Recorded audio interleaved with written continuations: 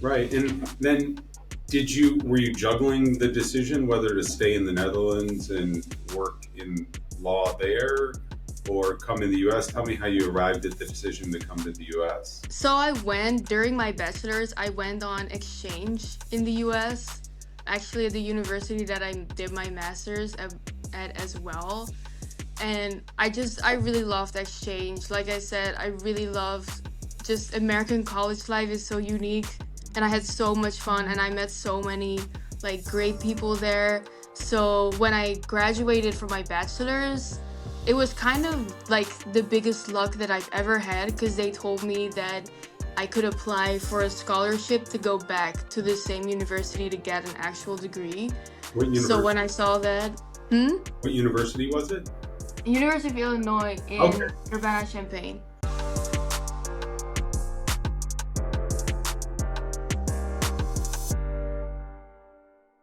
Hi, this is attorney Jamie Miller, and we're excited today to do another edition of the Miller Law Chronicles podcast. And this is going to be the first session where we're going to highlight different staff and different people that I partner with here at Miller and Miller to help us provide the services that we provide. And today I'm really excited to welcome Renate Creutzberg to our podcast. And I'm just going to ask a few questions. I really want those and our listeners to really get a chance to know Renate and feel comfortable with Renate when they may need to talk to her as you know we do additional work here at Miller Miller. So Renate, welcome to the podcast. Thank you. Thank you. I really appreciate you taking time to join me today. I know that sometimes being on a podcast can be a little bit uncomfortable, but we're just going to spend a few minutes chatting and I'll ask you some questions. And I just want to, get to know you better and have our audience get to know you better. But tell us a little bit about yourself, where you're from, where you were born, kind of take us along your life journey a little bit. Okay, so I'm from the Netherlands. I was born in the Netherlands. I'm Dutch. I have my family still lives in the Netherlands, so I live all alone in the US. I have a bachelor's that I got in the Netherlands in global law, so I learned a lot about law in different countries, international law, because I really wanted to broaden my horizon when I decided to go and study at a college. And then after that, I really wanted to study in the US. I've always really liked America. I really like American people. They're very open, they're very approachable, and I really liked US law. So I came to Illinois and I got a master's degree there. And then after that, I moved to Wisconsin, and now I'm a Chapter 13 legal assistant at Miller Miller in Milwaukee. That's awesome. I appreciate the summary, and I want to kind of walk you back a little bit and talk about life in the Netherlands. So, where were you born in the Netherlands? I was born in Rotterdam, which is like an hour away from Amsterdam, pretty close by. And what is life like did you grow up in Rotterdam then until you left Mm-hmm. there? What's life like in Rotterdam as compared to living in Milwaukee? Oh, it's very, very different. I would say, let's see. Actually, there's a few things that kind of overlap. Like Rotterdam, Milwaukee is bordering the Michigan Lake, Lake Michigan, and Rotterdam it's bordering the North Sea, which is not a very big sea, so it's kind of similar. So it's near water. There's a very big harbor in Rotterdam, so I've always really liked living close by water. So living in the middle of Illinois was not very much for me, but now working in Milwaukee kind of feels the same. Yeah, I really like Rotterdam. It's a little bit smaller than Milwaukee, I would say, especially downtown area. It's a lot smaller, but there's a lot of different people in Rotterdam. It's known for being the most multicultural city in the Netherlands. So we have a lot of people from a lot of different places, and I feel like in Milwaukee it's kind of the same so far. When I meet our clients, when I just walk through the streets, I feel like there's a lot of different people from a lot of different places. Right. And So, so, did you have any siblings that you grew up with? yep. I have my youngest sibling is 16, almost 17, and I have one younger sister, and she's, I want to say this correct, 20. Yeah, she's 20. And then tell me, so you went to the equivalent of high school that we have here. Like, what were some Mhm. of your interests as you were growing up and going through high school? Were you into sports? Were you into the arts? Did you like to read? Tell me about that. So I was, or still am, very much into music. So how it works, the high school I went to, after 3 years, you kind of decide your path. Some people go into science, some people go more into economics, and I chose to do a more artsy path. So I play piano. I tried to play guitar, but for 3 more years, I had music class at high school. I did a lot of performances where we would invite other people that play instruments to come perform and invite parents and everything. I participated in a musical. So during high school, I was the very much into music and art. So yeah. And so, do you sing also? A little bit. A little bit. I've never really sung in front of like a big audience, but I do really like to sing.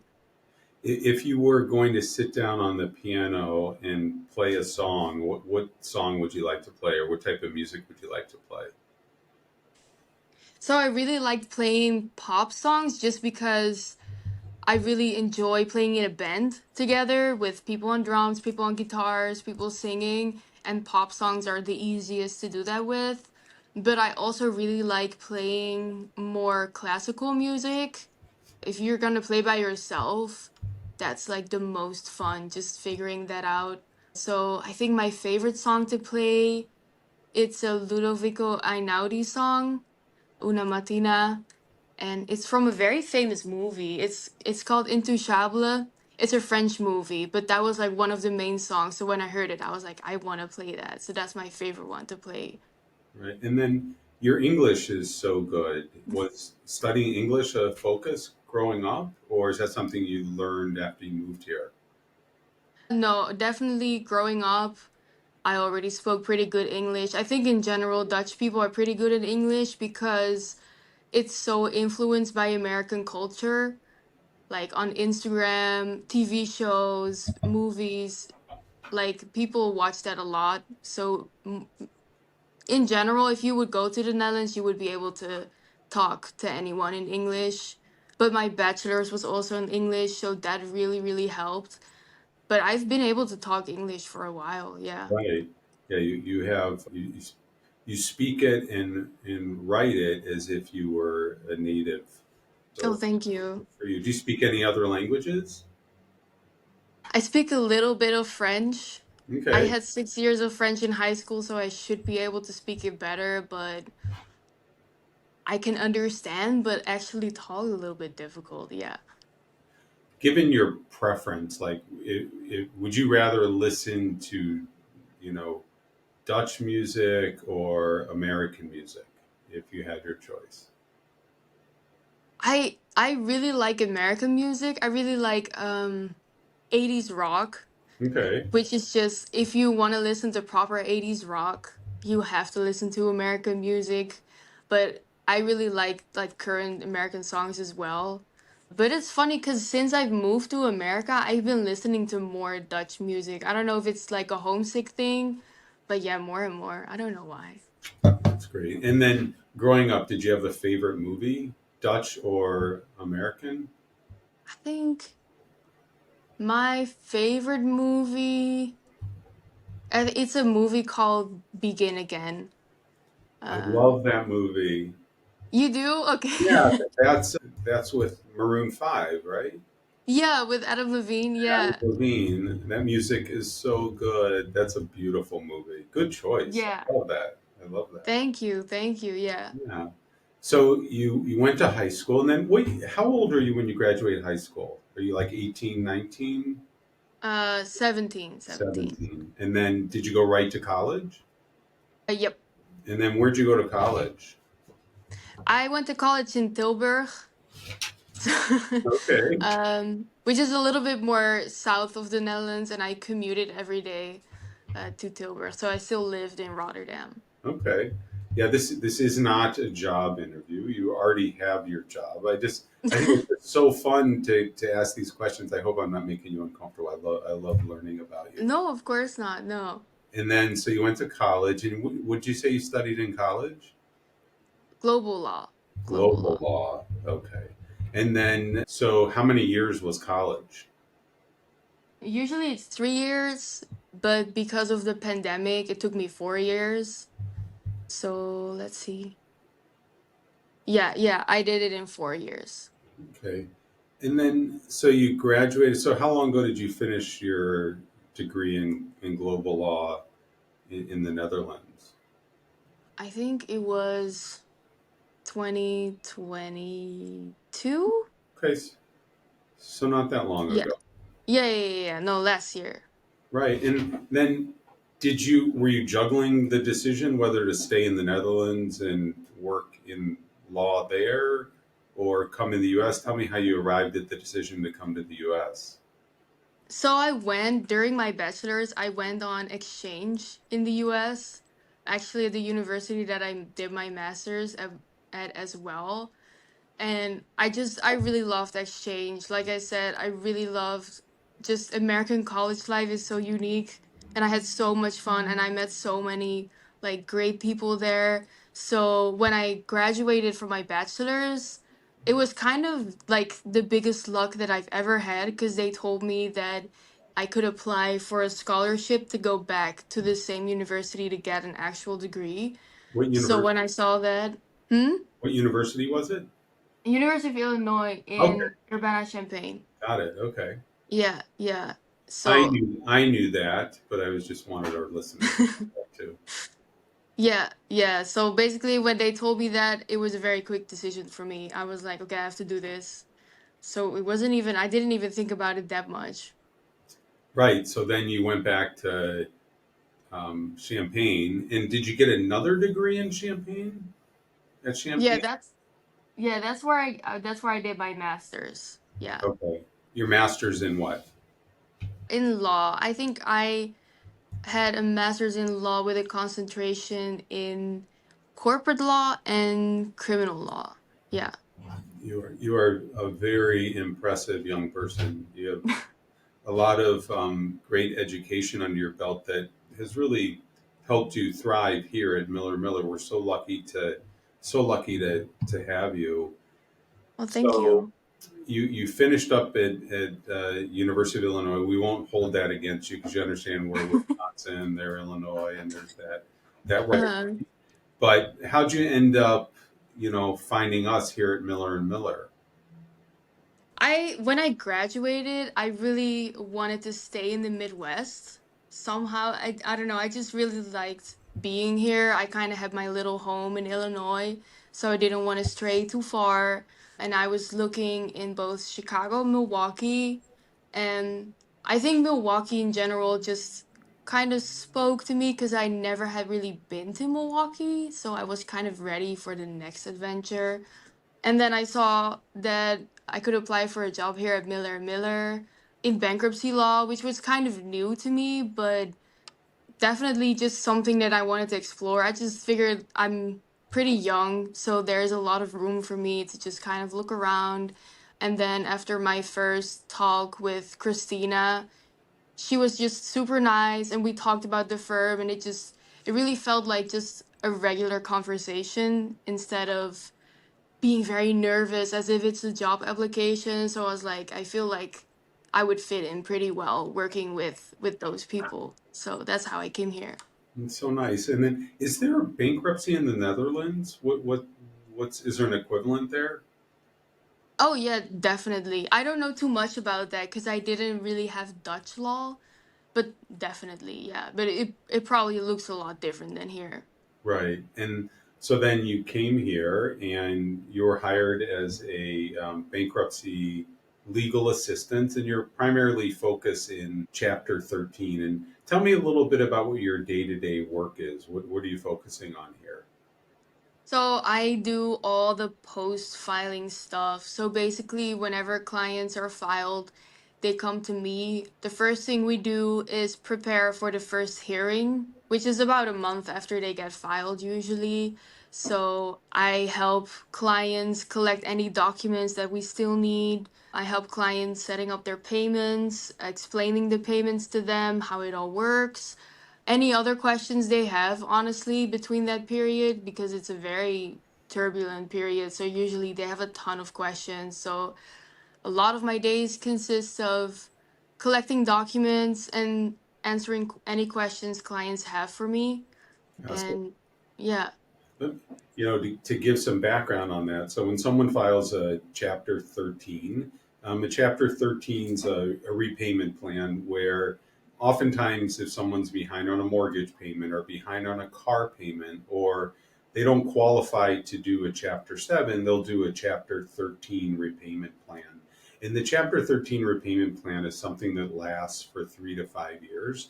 And it's, bankruptcy in Chapter 13 isn't something that, people are always familiar with. And it's probably more than likely when someone files a Chapter 13, it's the first time that they've gone through it.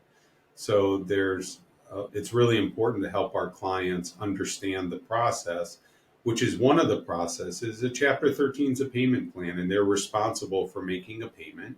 That payment goes to a trustee that's appointed by the court, and then the trustee will pay the various creditors. So once a case is filed and we get their injunction that stops the creditors from bothering you, people that come through the firm will get then sent over to Renata, who is responsible for kind of being that go-to person that can answer questions and that can help people get their payment arrangements set up, that they meet deadlines of getting their payment paid within the first 30 days. And it's wonderful that we found, that we can have a resource that like Renata that a client can call right after filing to really help them stay engaged and understanding of what we're doing. So one of the things that you mentioned was helping people get their payment plan set up. Tell me what that means. What do you do to help them do that? So usually I reach out myself and just explain to them how the payments work, so how much they have to pay every time, when they need to pay it. I walk them through that, and then after that I help them set up the actual payments. So luckily there's a very easy online portal that we can use. I've done it a few times now, so for me it's very easy to set up that account with them together from a distance and just make sure that they understand how the payments work and that they don't miss their payments. And yeah, like I said, like help set it up in any way. Right. So payments in a Chapter 13 can be done through a payroll deduction through work, and or alternatively, it can be done through TFS, which is a company that has a portal that can take it right out of somebody's bank account or a debit card. Can it come off someone's debit card or has to come out of their bank account, checking? Debit card also, if you have a MasterCard, yeah. Okay, so it would do that also. And the other important thing is that it's really important that clients start making their payments within 30 days of filing their case. So you're kind of there to help that happen. Yep, yep. And then 30 days after someone files a Chapter 13, they have to do a Zoom call with the court to get their case approved. And what types of thing about that first 341 hearing, we call it, that first court date, what type of information are you giving to clients to help them prepare for that court date? So usually I let them know it's just the first hearing where basically they're gonna go a little bit more in depth about what is needed to eventually get their plan confirmed.